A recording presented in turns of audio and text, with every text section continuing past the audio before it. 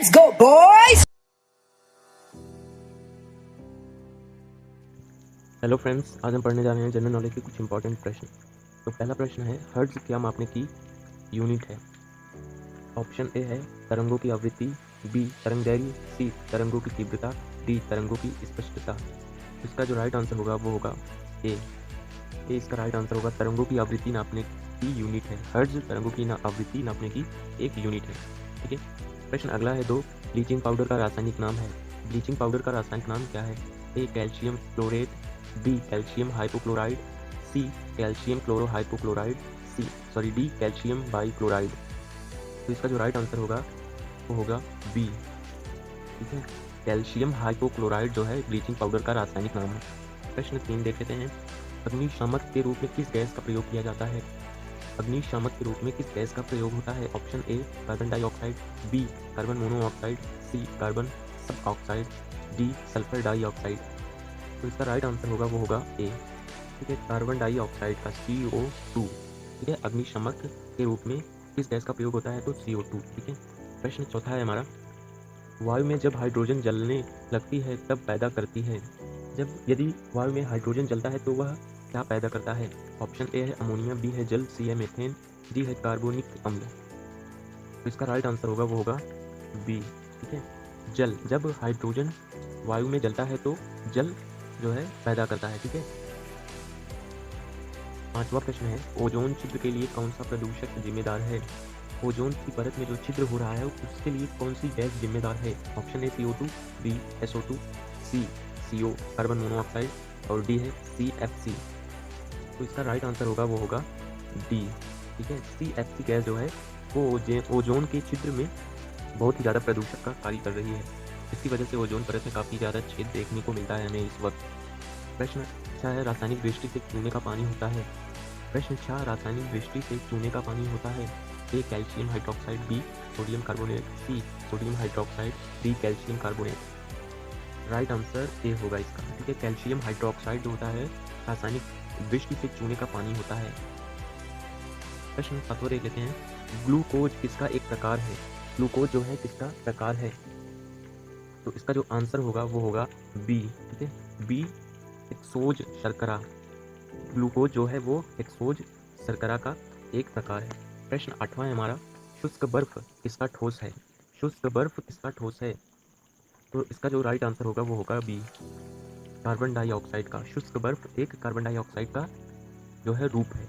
ठीक है। प्रश्न 9वां देख लेते हैं, जल गैस किसका संयोजन है? जल गैस किसका संयोजन है? जल गैस जो है वो कार्बन मोनोऑक्साइड और हाइड्रोजन गैस का एक संयोजन है। ठीक है। प्रश्न अब हमारा है 10वां, किसकी उपस्थिति के कारण चूने का पानी वायु में रखने पर दूधिया हो जाता है? इसकी उपस्थिति में चूने का पानी वायु में रखने पर दूधिया हो जाता है। ऑप्शन ए है कार्बन डाइऑक्साइड, बी नाइट्रोजन, सी ऑक्सीजन, डी सल्फर। इसका जो आंसर है वो है ए। ठीक है, कार्बन डाइऑक्साइड की उपस्थिति के कारण जो है चूने का पानी दूधिया हो जाता है। ठीक है। प्रश्न 11वां, प्रश्न 11, निम्नलिखित में से कौन सी गैस रंगीन होती है? प्रश्न 11 है, निम्नलिखित में से कौन सी गैस जो है रंगीन होती है? तो इसका जो आंसर होगा वो होगा क्लोरीन। क्लोरीन रंगीन गैस होती है। प्रश्न 12 है, पेट्रोल की गुणवत्ता किसके अभिव्यक्त की जाती है? पेट्रोल की गुणवत्ता किसके अभिव्यक्त की जाती है? इसका आंसर होगा वो होगा सी, ऑक्टेन संख्या के आधार पर पेट्रोल की गुणवत्ता की जाती है। ऑक्टेन संख्या। ठीक है। मरकरी है एक ठोस है या द्रव है या ठोस है? ठोस अधातु है या द्रव अधातु है? तो मरकरी एक जो है द्रव धातु है। ठीक है, मरकरी एक द्रव धातु है। प्रश्न जो है 14 है, निम्नलिखित में से जल की स्थायी कठोरता का कारण है? निम्नलिखित में से जल की स्थायी कठोरता का क्या कारण है? प्रश्न 14 का जो आंसर होगा वो होगा सी। ठीक है, कैल्शियम सल्फेट जल की स्थायी कठोरता का कारण है। कैल्शियम सल्फेट जल की स्थायी कठोरता का कारण है। निम्न में से जेल का उदाहरण कौन सा है? निम्न में से जेल का उदाहरण कौन सा है? प्रश्न 15 है, इसका जो आंसर होगा वो होगा ए, जेल का उदाहरण पनीर है। ठीक है।